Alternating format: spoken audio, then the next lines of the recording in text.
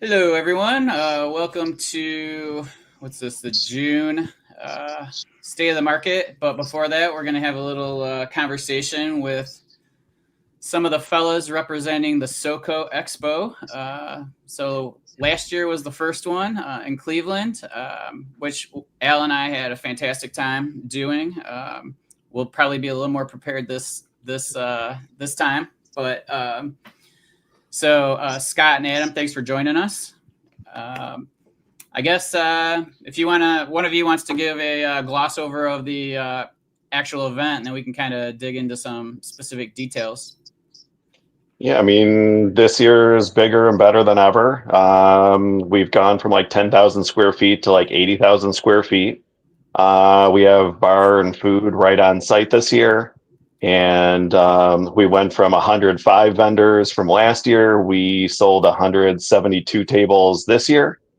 Yeah, and we have a waiting list as well, and more people are still trying to sign up as we speak, as I put out action items for people to be able to get done. So it's been really good, and we're real excited and real close to 4 weeks away. So we're ready to go. Awesome. And so there's a lot more events going on, right, for the for people to participate in, aside from like the actual card show ish portion of it. Yeah. Yeah, definitely. We have tournaments going on, open divisions on both Thursday and Friday, and then Kids Day and Kids Tournaments going on Saturday, along with a Kids Scavenger Hunt as well. So just, a lot of fun and a lot of stuff that we have going on for everybody. And then we have some other surprises and some things, other activities and things that people will see as you guys enter into the facility.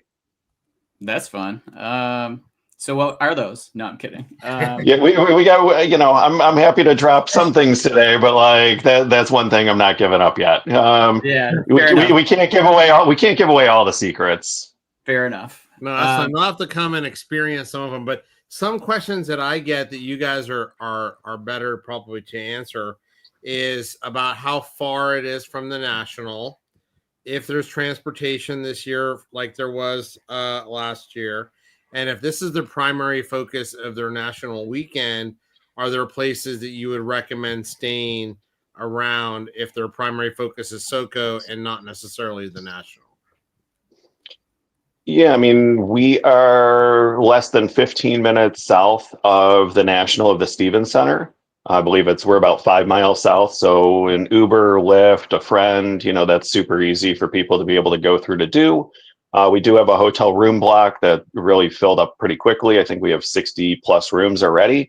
There's just a handful of rooms left for our dates. All that stuff is right on our website. Tons of information there for everybody to see timing and everything that's going on. And the hotel is about 4 miles south of the venue. So everything's, right there, real close. And oh god, there was something I was gonna say. So where to stay? You answered it. Oh, but there's no specific transportation like the bus from last year.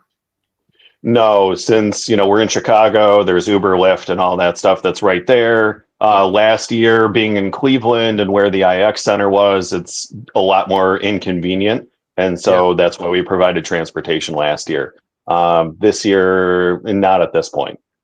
And it's free to get in. I don't think anybody mentioned that. Whereas the national can be quite expensive, but just want to make that point for everyone. And then, is there obviously our primary focus is soccer cards and stickers? Are most of the dealers from that? And another question that I've been getting from people is, do you have an idea of what vintage is versus modern? I know you guys probably don't ask those questions, but these are some that I typically get. And last year it was more heavy, what I'll call recent, issues than necessarily vintage. Yeah, I mean, really, as far as how I put the floor plan together and really what's happening, we definitely do have more vintage this year than we had last year. We have a lot more international coming over this year, versus last year as well. So I think there's a really good mix across the board. I tried kind of grouping different areas together people will end up seeing as as I give up the table assignments, you'll be able to really kind of see, and everyone in the, in the Discord, you guys are all going to be together. We have, a bunch of the, pre-mod, all that stuff, stickers, vintage, all that kind of in one area. We have women's cards. I tried doing my best of kind of putting it together, but also having a nice mix across the board so people can, really take on the entire show, because we have 172 tables to check out. We do have vendors who sell multi-sport and things like that. So, I saw some comments from people last year that they sold more multi-sport and non-soccer than they did soccer. And, I think some people who probably do a little of that, especially in our show, probably would do a little bit better in that respect, because we are so heavily soccer focused. Yeah. It's like the opposite at the National, right? If you're a soccer seller, you're probably doing better than some of the other ones. So it makes sense. And it's Thursday, Friday, Saturday. Is it 4 to midnight each of the 3 days? Is that correct? It is. So basically, if you close out the National, you'll still have plenty of time to get in, and my dog's excited about it. Yeah. You'll still have plenty of time to get down there and be able to spend hours bouncing around at the SoCo. We have multiple bars and food on site as well. Scott, that's what I was going to add to it. And Al, I was going to say, obviously we have everybody set up, but I think a lot of the attendees last year realized, oh, wow, I better bring more of the stuff. Like I have more vintage. There's more people that are into vintage. I didn't know what to bring. I didn't know if there's going to be 2 tables or 10 tables or 500 tables. And I think Scott's done an unbelievable job creating more space and figuring out every day more ways to fit more people that want to actually exhibit and sponsor. But that being said, I do think a lot more of people that are, just either were shut out because we just kind of had, too many people, we had a waiting list and everything like that. But like, they're going to be knowing that there's going to be a lot more vintage, a lot more pre-modern, a lot more around. So I have a feeling I've seen, just from talking in different Discords and in different people reaching out, that there's just going to be a lot of people walking around with great things as much as there are with the sponsors at their table. So I do think for anybody, especially in the vintage Discord, there's going to be a much bigger representation this year at tables, as well as just in Zion cases walking around their pockets. And, there was something in my brain, and of course, I just turned 50 and I can't remember shit. I turned 50 in September, so I'm getting there. I'm right around there. So, damn it. No, I think just one thing I'd say, the idea was last year, it was really just, there's so many different ways, and coming and living in Cleveland, I didn't want 17 different trade nights of soccer. Yeah. This is like a proof of concept basically last year. And then it's like, okay, now we can kind of figure it out now. And I guess this is probably getting ahead of ourselves a little bit, because it's in Chicago the next 3 years. I mean, is the plan to kind of keep it in the same place? Is there anything like that as a, I guess being discussed or anything like that? Or we're kind of seeing how this one works out before we jump ahead to 2026? Adam and I already had this conversation this week. We already started looking at a couple other venues and trying to kind of see what makes sense. First, we need to kind of live in this place. We already sold out all the tables. So it really begs the question of, do we not have a tournament and take over more fields so we can get more tables in? Do we move into a nicer facility? Let's see what the community wants at the end of the day and really what makes the most sense. But some of the other facilities are a little bit further away from the National. They are nicer facilities. So it just, it depends. But we have started to look at that. And trying to keep the cost down for sponsors, as well as keeping it somewhat affordable too, is a very big thing. And keeping it free and keeping it like the vibe that I felt like we're building off of last year is more of a community thing than turning it more and more into, I just came from Fanatics Fest a couple weeks ago, and that was amazing, but totally different vibe than, a SoCo. So it's still awesome, but it's just what are most people looking for? What's important? And I think Scott's got a really good pulse of that, of like, hey, last year. It's like, can we do something a little bit more with? It would be awesome to have a kick around, play some soccer, do whatever. I'm sure ideas will come out this year of it'd be awesome if this happened or that happened, or if we had a signer or this or that, and that's what we're trying to try and just take in everybody's comments and figure out what works and what's doable, what's not. Sure. Al, are you available for signing autographs? Yeah, I'll have 2 sessions and $50 let me know. for inscriptions. What we did, Bill and I, see if I can find it. Yeah, look at it right there, right on call. This is the one, the Bill. This is the one of 2. There's only 2 of these. I'm looking for a more vintage version. That's too pre-modern for me. Yeah, no. Hey, guys, we really, on behalf of the whole, vintage community Discord that is a really great, group. We just want to say thanks for promoting the hobby. We know it's a ton of work. I know you guys, aren't becoming millionaires doing this. This is really, something because of the love of the hobby. Also, why we want to participate and just kind of continue to progress in what is, a lot of fun for a lot of us, and introduce people that may not be familiar with all the great collecting options there are in soccer that really come from around the world and bring people from around the world together. So you guys have, taken the lion's share of the load here. So on behalf of the community, we really appreciate it. Happy to promote it. And like you say, let's have fun, let's learn from it.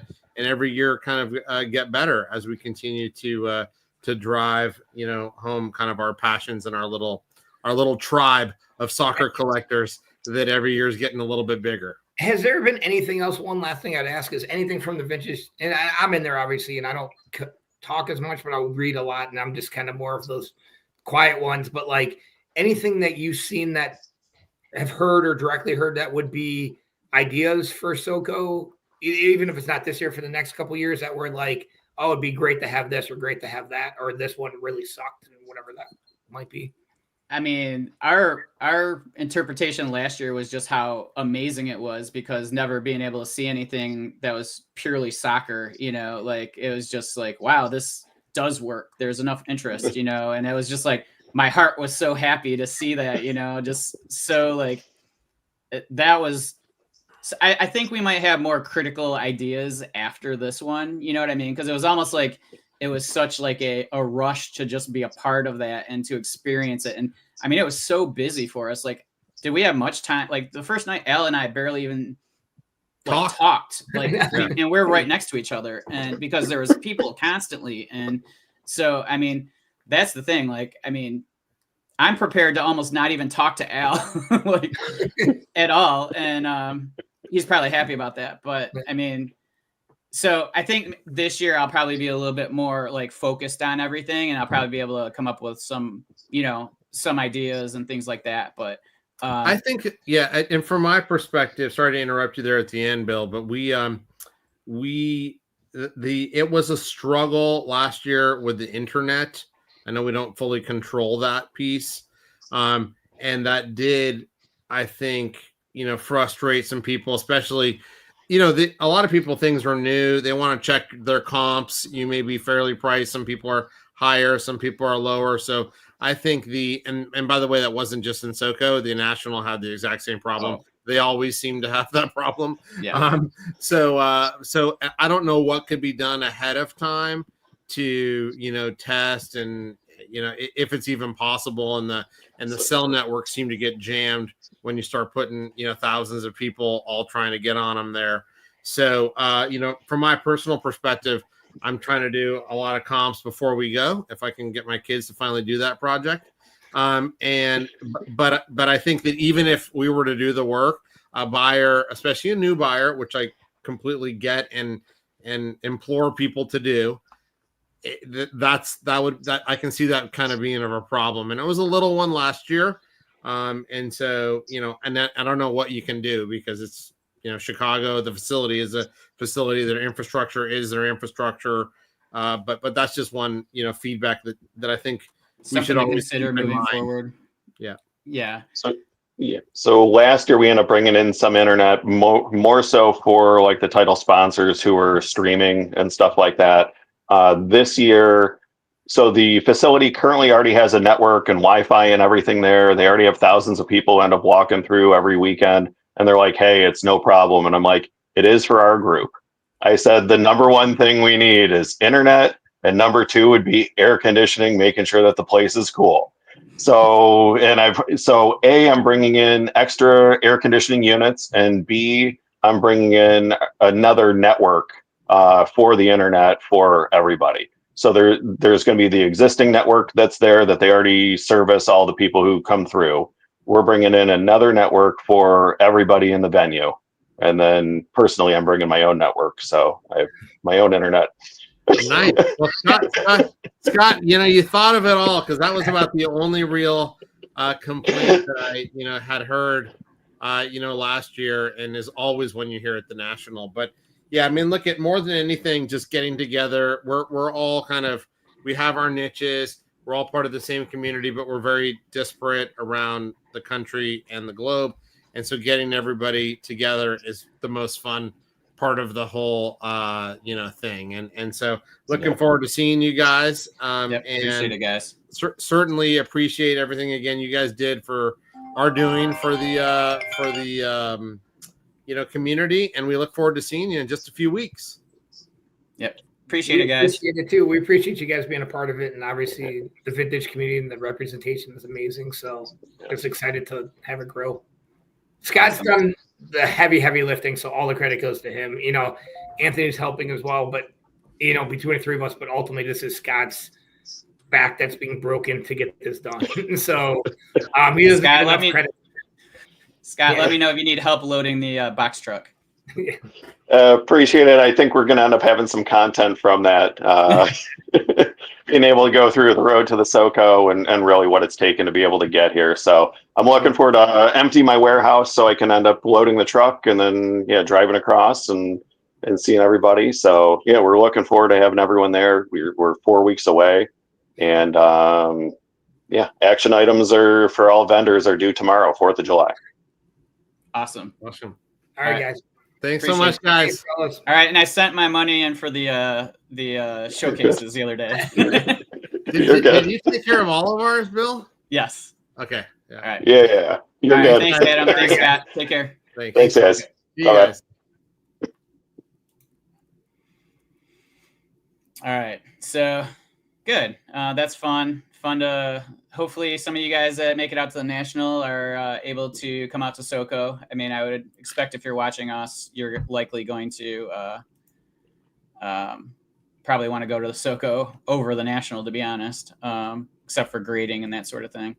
And at some point, I wonder if this thing becomes big enough, if like PSA or one of the other graders decides to have representation there, Yeah, that would be great. No. All right, let's get to the meat of this. Appreciate you guys dealing with our advertisement and marketing before this, but state of the market, June 2025. Some exciting things to discuss. Anything? Any thoughts to start, or you want to just get into it? I mean, another great auction at PWCC, in terms of those ones that end in 0 now, 180. But we'll get into the details. I think strength among rare items. I think strong breath. I think a little softness in Pele. A little strength in Messi, particularly the 71 bis. I think those are the things that kind of jump out at me over the last month. Yeah, I think that sounds right. So, all right, let's hop into the Goldin Elite auction, which just ended on Saturday. So here we are, sorted from the highest price down. What do we got here? A super fractor Lamine Yamal, $91,000. Let's see, a Pele auto 1 of 1, $68,000. Here's our first vintage card, a PSA 6, Alifa for $48,000. I feel like we were seeing threes go for more than that, a couple years ago. Yeah, a couple of years ago. But like everything, I think, from the highest point, the drop has been substantial. But, I think in the case of Pele, it's probably, 50% down, let's call it, from the highest point. So that may have been $100,000. Now it's $50,000. Yeah. There's many different categories, stocks, whatever that you could look at that have had those types of gyrations. So on a relative basis to some of the other ones we've seen sell, with the exception of that Authentic we talked about last month, I think, that seems pretty close in line with kind of the calibrations. I mean, you've got, ones are now in the 8 to 12,000 based on eye appeals. Twos are in the 15 to 20. So you start to step it up, and this kind of feels like it makes sense to me. Yep, I agree. And we did see the pops go up a lot for these, and so it just might be a blip in the demand. Is just not quite there. So, and there's still there's 300 of them, but there's what, 15,000 Michael Jordan rookies. So it's still a relatively small number, and it's a valuable card. And since it's issued while during the World Cup, you'd say, oh well, there's probably a lot of them, but in a very small country. So, this is never going to be a pop 10,000 type card. It'll be, it may even go up, 500 or something. That's still a pretty elite rookie card for one of the greats of any game, especially soccer, though. Yep, agreed. Here we have a 71 bis. So it's authentic, but the autograph's a 9, 30,000. So that's fun.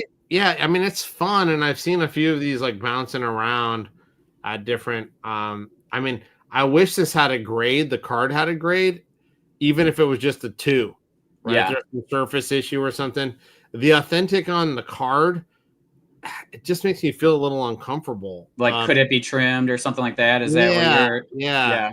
So that's I don't love that part of it, but it's cool to get an autograph rookie card of anyone, and especially Messi. There's not a tremendous amount of those around. Of course, he'll be around for a long time, so the possibility to get these cards will go up. I mean, he may charge at some signing a lot of money to do it, but fundamentally, this is a really cool card. It's just I'd be super concerned about betting the house that this is going to be the most elite card you'll ever see, because there can be a lot more. It's a relatively low pop right now, right? But it there's nothing that says it needs to stay that way, right? Yeah, were you going to add that kaboom to your list of to your gold right this there? One here? I don't have to. I already did. Yes, so that's mine. I didn't log in because I didn't want you guys to see all the. How many of these cards you bought? You bought the Lamine Yamals and you bought the gold Messi. Yeah, man. Yeah, I passed on the. You passed on the Andrade, right? I mean, that's too old. It smells funny. Yeah. So that's a good price, right? Like, we got 16,000 for an Andrade, and it's it's 1930. So I mean, there's Andrades back, 6 years earlier than that. So I to me, this is one of my favorite Andrade cards. Totally. I love the colors. It's the first color card. It comes from a pretty well known and documented album. I just love the image. I think it's super clean. It's probably my favorite Andrade card. I do love also the crack as well, but yeah, I don't know. I don't think. I think if before the auction, I would have not expected it to go quite this high, but I'm not surprised that it went at this level for an elite card. It's a super low pop, isn't it? Yes. Let me see if I can find what the pop is, but I thought it was just a hand. Yeah, I don't see it in their description. I wanna say that it was less than 5. But so I mean, and that's the case with a lot of those. But because of this, then we're starting to see, and we'll talk about it in other auctions. Andrade kind of making a run right now. It's kind of like once you see a card that goes to a certain price point, it kind of pulls a lot of other issues, especially because there's not a ton of any one particular issue of him that, it's fun to see like those sort of things happen. And I mean, this is totally like a difficult get, no doubt about it. And it's a great looking card.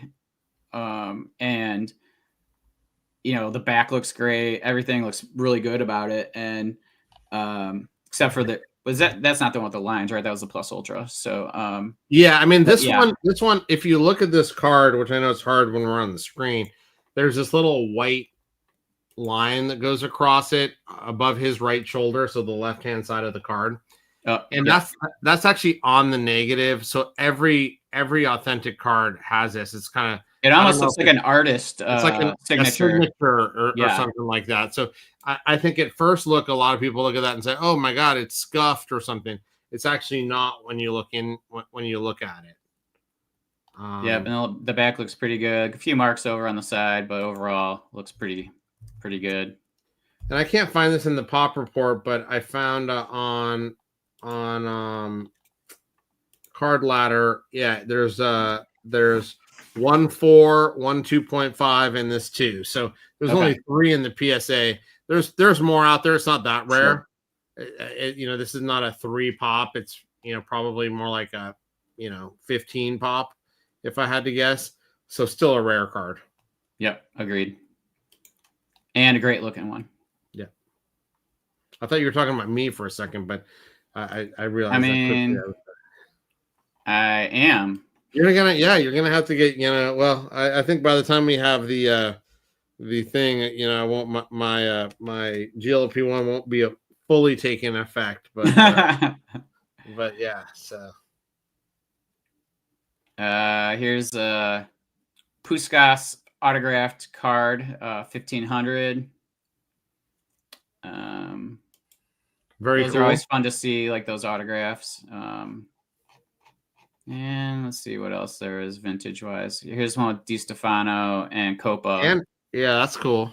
Yeah. For 1,000. Here's a Pele auto for 900. And so that's our Goldin Elite. A few vintage, some real big prices for some of the modern.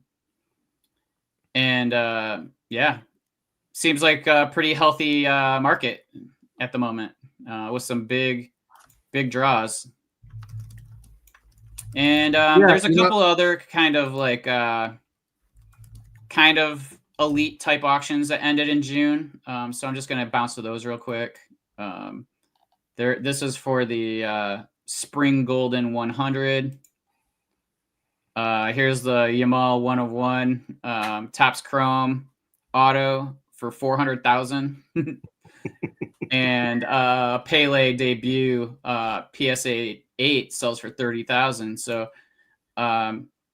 those things are still pulling strong, and I know it's a really good grade, but the ticket for Pele's debut, 30K, feels like a pretty strong price. Yeah. I mean, I think here it has to be the grade, right? Yeah, I think so, right? Driving that one. And I really don't know. Hey Graham. Yeah, I know that Andy's was great. The Lamine Yamal here, I don't know what to say besides wow. Yeah. Wow will have to hold that one. Yep. Okay. So let's move on. Yep. Now we're going to move on to the 2025 spring vintage auction. And there's some older cards in there. Here's a Lev Yashin Heinerly PSA 6, went for 1300. Yeah, very, very high grade on that set. Yeah, it says only 3 examples graded higher.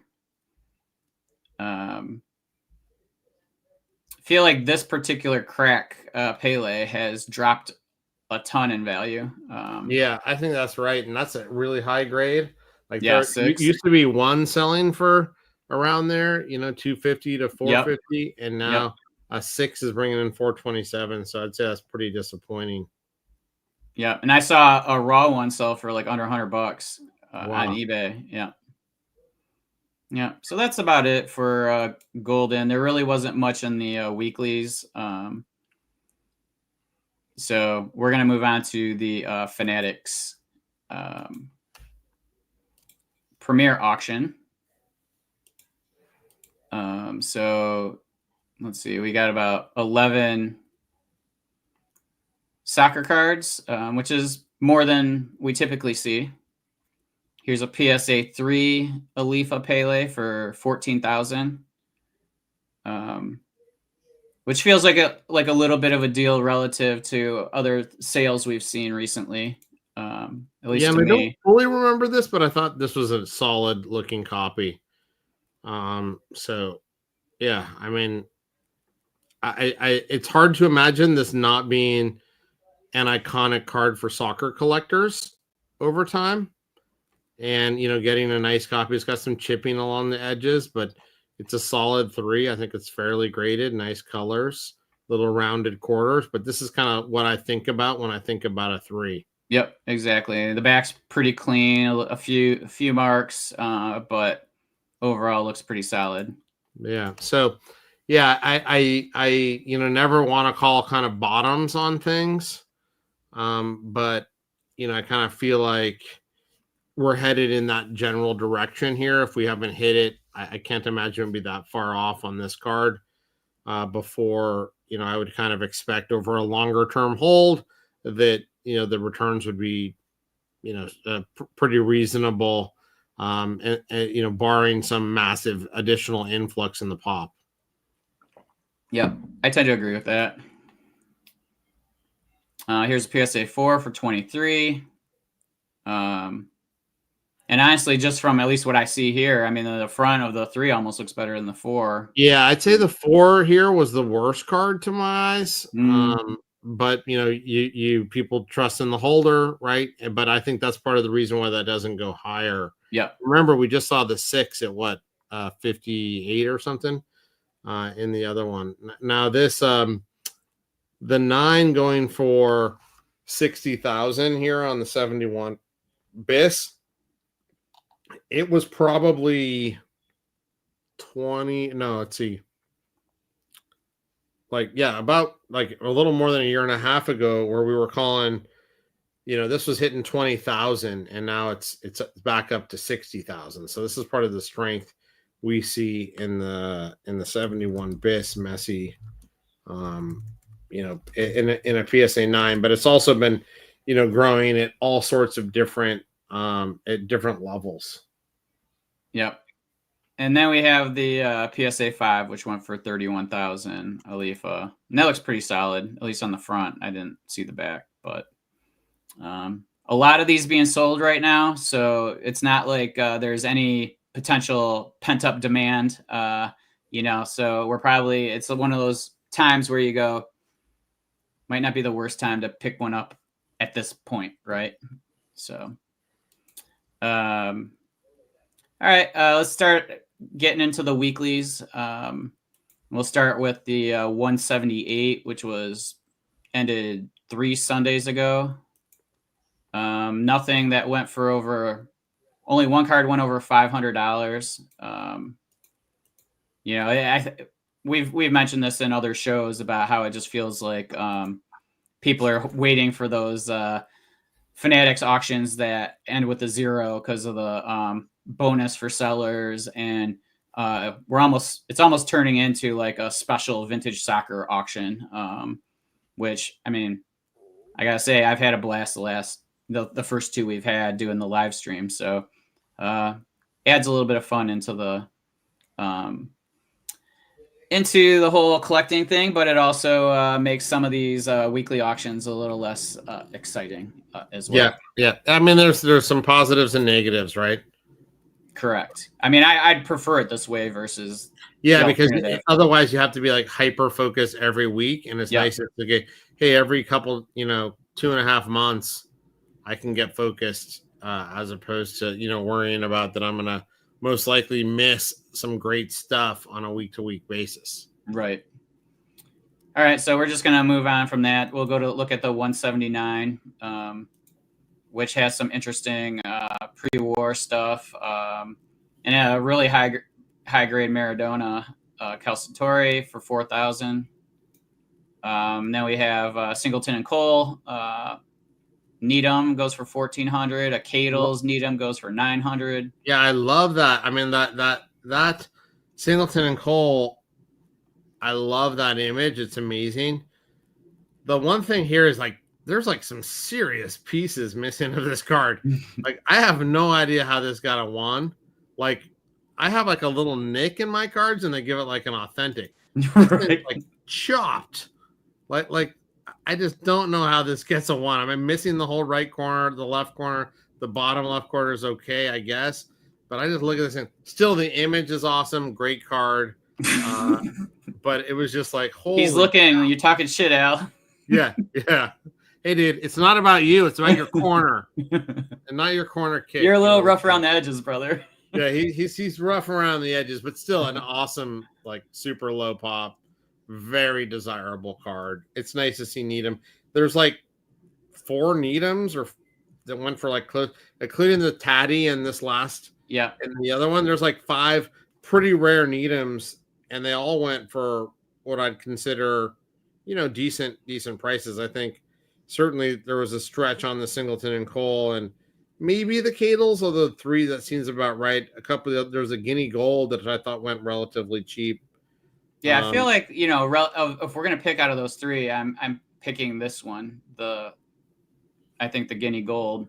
Yeah, because it actually doesn't have as many condition issues, and it's from 97, and it's actually a rare card, very rare card. Yep. Let's see. Oh, and then there's a Solace for 500. I love also. that card too. Yeah, I love that card. And that one's authentic, but there wasn't like any overt, condition issues like the Singleton and Cole. Yep. So, all right. Let's see. Anything else? There's the Zara Tingles blank 300. Seems about right. Yep. Cadles Arthur Smith for 210. A Baines 1902 for 200. So, all right. Now let's get to the granddaddy of them all. 180. If you guys missed it, you probably want to join us for the live streams for 190, or go back and watch 180. It was pretty fun. We're not going to dig into it quite as in depth as we did on Thursday or on Sunday, but we can gloss over some of the ones we feel are noteworthy. So, and I guess we can start on this top row. The big boys. So some elite soccer cards here. Obviously, the Jan Moreno. I think these first 2 cards I have on my list of top 100 pre-war vintage soccer cards. So you've got the Jan Moreno, and that's also happens to be the highest graded and the toughest variation combo. So obviously bringing in a big price here. But it's the type of card that deserves a big price. So, 23,000 puts it kind of in rarefied air for vintage soccer, but deservedly so. And so much like as its neighbor here on this screen, probably one of the best issues in all soccer, no matter what the year, but certainly pre-war, just the photographic, the imagery, the size of the set, just the natural, beauty of these and the image quality is kind of like second to none. So those plus ultra cards are special. finding Orsi is hard because the set's so big, and this particular one is, at least to my eyes, one of the lesser seen Orsi poses. So congrats to the buyers, congrats to the sellers, because these are kind of record breaking numbers for the sellers as well. And I was not the buyer or the seller of either one of these cards, just for clarity. But I think that it's great for the hobby, and I think it's great for the buyers and the sellers of both of these cards, because it was a good result, a fair result for both, and congrats. And it was fun to watch, right? No, for sure. I mean, yeah, I haven't been that excited since we used to do those voice chats in the Discord back, like during COVID. So that was the most fun I had since we goaded you into buying the 57 Pele. Nice. Which that's just like, one of the epic nights. It was just so much fun. But anyway, all right, let's get back to this. Puskás, authentic. Hey, by the way, we didn't talk about the Americana. It's got a pop 20, great card. Didn't have the best back, but for Pele rookies from 58, very, very elite. Like, I'd rather have, by a long shot, an Americana PSA 1 than an Alifa PSA 1. Much, much, much rarer. This one, the back was not great, which is part of the reason why I think it was held down here. But an elite sticker, and it's still a pop 20, I think. So that's just, it's a big deal, that sticker. Yep. Okay, and then the Puskás authentic. There's like 20 of those, 20-ish, and this is the floor to get in. People are willing to pay $10K, and it looks great. I mean, it's just cut short, right? Like, I mean, that's basically why it's an authentic. Is just it was cut within the guidelines, and but I mean, not many people can say they have a Puskás rookie, and it's almost 8 years before you can find another Puskás that's not like a team card. So, to get one of those is pretty monstrous. Yeah, pretty special card, and congrats to whoever picked this up. And great eye appeal on this one. Sometimes the yellow can be a little bit faded, sometimes it can be darker. This is kind of middle of the road. Sometimes there's some scuffing on his face. This one's just clean all the way around. Again, just cut a little tight, and because of that, it gets the authentic. But I think having a copy is a key. It's a key pillar of the post-war collecting. This is this card is sold multiple times, I think, for more than $100,000 in other grades. So, to get one of the 20 copies, certainly not an egregious, price here. Although, I actually thought that the authentic would hold it back, and it went a little higher than I expected. But I think it's completely fair. And if I was either the buyer or the seller, I'd feel, pretty good about it. I think that, like, this kind of shows that, like, vintage soccer collectors are becoming more aware that the grade isn't necessarily going to be the main driver, at least like where, relative to like a 1, like, I don't think you're going to see a crazy difference between a PSA authentic and a 1 per se, like if there is any. But like, just because people are just aware that you got to take what you can get, right? There's only so many of these out there, and people are just going to be willing to pay for authentics or 1s, knowing that it's really difficult to get the higher grades. And it kind of reminds me of like what I'd call the rare baseball items from the early 1900s through the 20s, where, if you're looking at a Frederick photo, Babe Ruth, and it's a pop 8 or whatever, those will still sell for, $80,000 as an authentic, right? A non-rookie, just the rarity stuff. And so So here, I think there's a little bit of that going on, and people start to feel more comfortable. Like no one's going to overpay for a 33 Gaudi Ruth because Right. there's so many of those that are graded copies. But when you get into the real true rarity here, that's where I think you start to get this dynamic of just getting a copy or, and the authentic matters less. It just means that you got one. Yeah. And especially with a hand cut item, authentic by itself is kind of a weird thing. It's kind of this arbitrary determination of where the lines are and how much it's cut, which is never defined anywhere. So, like, why is this one too much? Like if I was cutting it as a kid, I wouldn't want the lines on mine. But for a long time, PSA had the thought that anything that didn't show the lines was going to be authentic. Then they later changed that, and they had some sort of a border, threshold, and they allowed some of those to go through as graded copies, even if it didn't show the lines. So some people are kind of the old school, like to have to see the lines. Some people will take the kind of new PSA thing, but at some point you cross even whatever their lines are, and it becomes authentic because it's too thin. Yeah. Whereas, these were meant to be cut. Yeah. And so that's actually a great point to take into account, especially for something like this, just because hand cuts, I mean, it's okay. It's okay to have an authentic one just because it's somebody's opinion that it's authentic and not a 4 or whatever. So it all depends on, what your goals are and that sort of thing. And, I understand that grading drives prices, but in these sort of situations, I'm even more happy if I have the authentic than I would be if it was some other like really rare issue. Like if I had an authentic, I don't know, Cadle's Bloomer or something, I'm not nearly as happy about that. Yeah. Yeah, because it's going to be like a black border or something. So I just peeled this off my wall behind me here. So you can see this.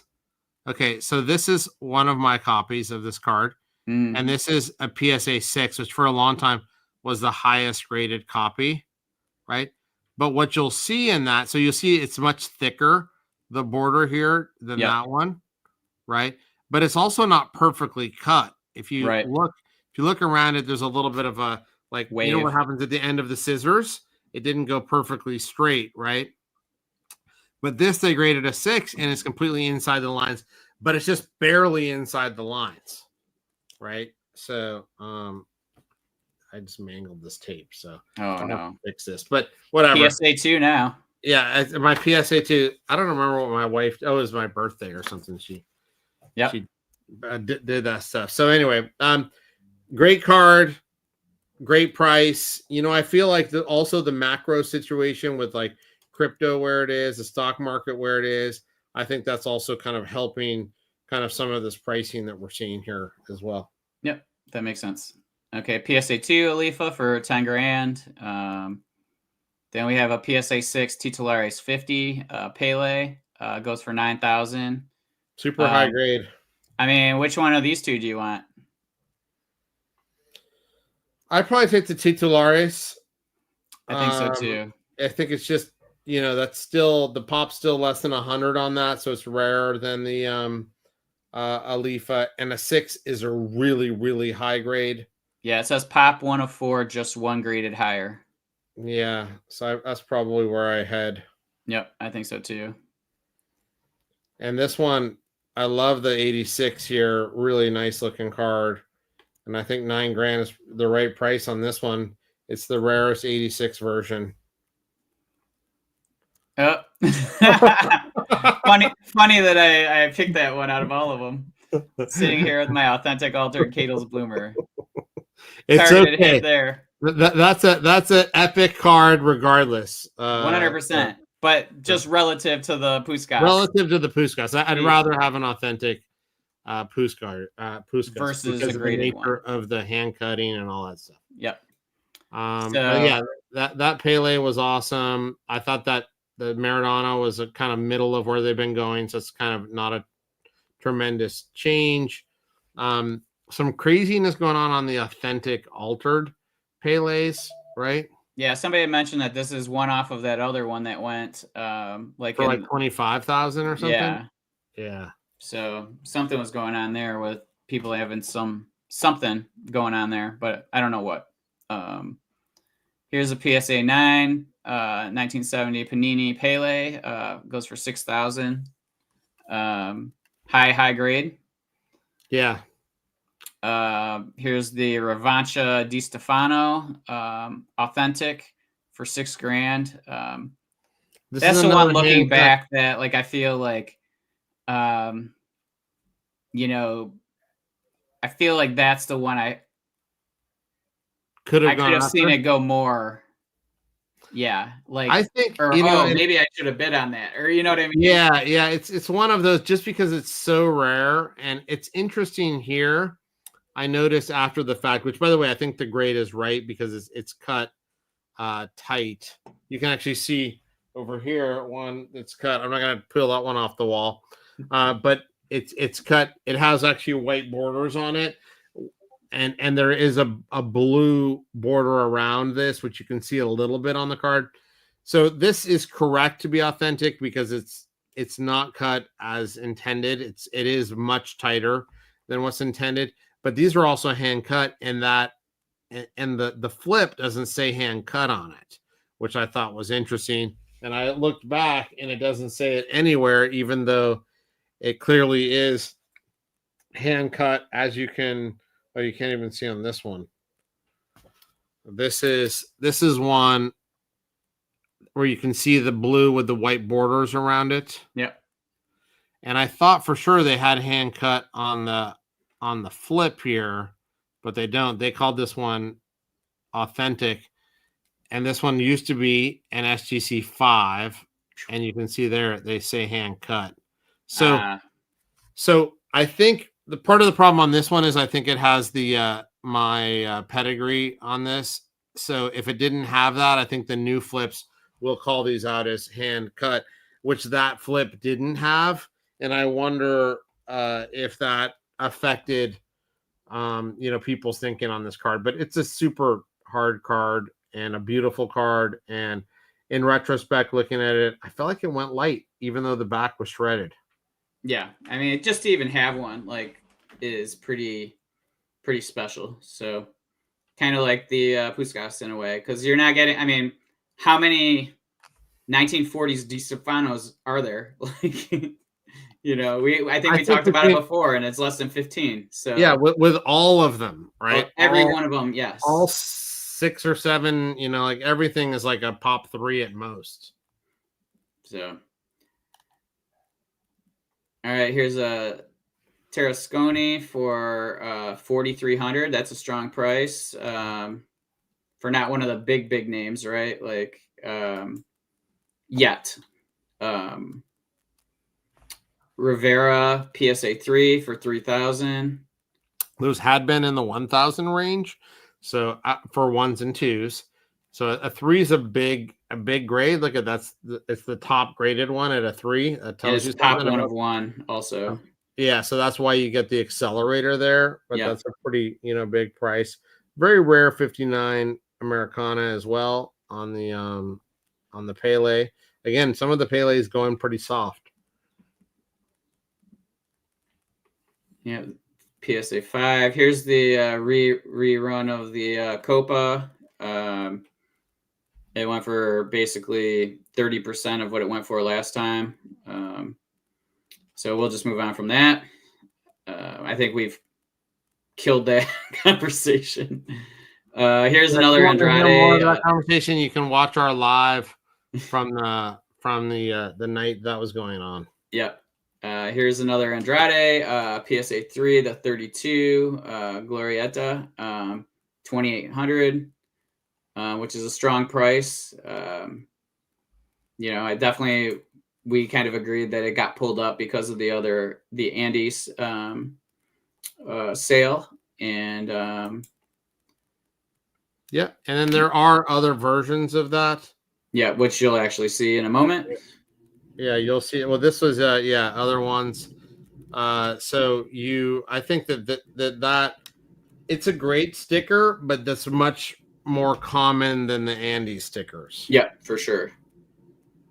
And the 2600 on the Maradona ones seems like where they went the last time around. So that pretty close. Now we have the Socrates 2300, the Vav Pele PSA 4 for 2300. We feel like that's a I in retrospect, or when everything's going on, I'm like, throwing another bit of that one wouldn't have hurt, because that's a really tough card in a 4 with the white border showing. So good news is somebody in the Discord, won it. So congrats. Yep. Feels like the first Palarex we've seen in a minute. Maybe I'm just forgetting. Kind of where I expected it to go. A couple more Titolare 50s, 3 and a 2.5.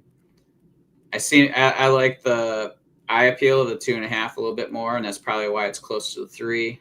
Yep, I would agree with that. The Rivellino up there is a card you see that often. That was next to those. The Kaluna, it's a pretty rare card too. Yeah. It says pop 1 of 4, none higher, and it's a PSA 1, so that kind of shows you the condition to expect to get from Portugal. Here's the highest graded. There's 7 total of PSA 6. Trilco Cruyff postcard, 1500. And then we'll just scroll along. Here's the Taddy Needham, 1300. And a Nasazi Glorieta for 1,000. Tesoriari Plus Ultra for 1,000. And so this is 48 stickers. And I sorted up to 1982. 48 hit $1,000 in this auction. That's a lot. For soccer. I don't recall a time when we've had that much depth and breadth. Yep. So that's the weeklies. And then I'll just scroll to some of their fixed price sales. There's not a ton, but there's a few that are worth discussing. Let's see here.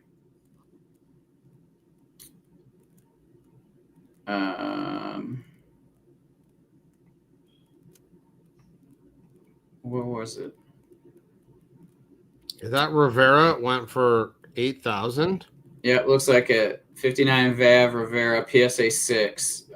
Pop 1 of 2, none graded higher. 8,300. Wow. So, I mean, that may also be the explanation for how the Alba went for more than it had. Somebody was definitely tracking Rivera and wanted to get some of the more elite cards. Yep, and this is sold on June 27th, which would have been Friday. So this sold first. This Arga Di Stefano for 290. I mean, you don't see a ton of those. No, and I actually like that issue. Yeah. And then the PSA 7 crack Maradona for 11,000. We saw the 6 go for what, 6,600? Yeah, and that sold literally yesterday. Yep. So some interesting sales there. And let's see what else we got. Just a few eBay ones that I saved that we can scroll through real quick. Are you familiar with this issue? I am not. Yeah. So Meazza for 735. It's really beat up, but I mean, I haven't really. I may have seen it one time, but I don't know much about the issue. But kind of feels like that's a good buy. Just for something I've never seen. Yeah, interesting. SGC3 George Best for almost 1,400. I think Seb got this, the Steve Bloomer postcard for 232, circa 1910. Crack Maradona 2 for 831. Let's see. These actually just sold. They might have sold just in the last few days. A Puseye and a Sastre, and they sold for half price basically. So the Puseye went for 300, and the Sastre Green went for 250, which feels light. So I think the buyer got a good deal. And then there was 2 PSA 7s, Planet Charlton rookies. One that ended in Goldin for like 380, and then this went for 436. So just kind of it feels like, I mean, there's not. I think when I looked up Pops, the 7, there's only like 15 cards graded higher than that, and then there's only like 15 7s out of like 250 cards graded or something like that. So it's like a really high percentile, for a 7. And feels like those are just dropping and dropping in value. Yeah, they've been dropping for a while, right? Yep. It just feels like there's the bottom has not been hit yet. And let's see. And then finally, just heritage auctions. There's a few items. 76 uncut sheet for 100. Here's a cool. The Allen and Ginter set's pretty cool with the Pele. Oh, I love that set in a 10. Yeah. Yeah, that seems to be a good value. I mean, this is like before people were chasing on card auto stuff. This is awesome. Yeah, so just under 2,000 for that. And yeah, that seems to be it. So another state of the market and some fun things to go over this time. That 180 Fanatics auction really was the main driver, but there was 3 different auctions at Goldin that were more elite-ish type auctions, which were cool to see. And it definitely feels like the biggies are starting to move over to Fanatics at this point, doesn't it? Yeah. It almost feels like Goldin soccer is almost like an afterthought in a way. And it's still worth looking because there are some things that are in those weeklies and that sort of thing. But I find myself barely looking at Goldin at this point, which is probably not the best idea, but because I think that's probably most people's thoughts. And, there might be some possibilities to getting deals and things like that. But other than that, happy 4th to those in the U.S. and appreciate you guys watching us old guys talk about soccer cards. And looking forward to the holiday. Hopefully you enjoy it. And we're 1 week closer to SoCo, the national, all that jazz. So it's going to be forward to seeing everybody. Going to be fun, and it was great to see you again. And we'll be in touch on the Discord. If you haven't joined the Discord, please join in the link below. Yep. All right.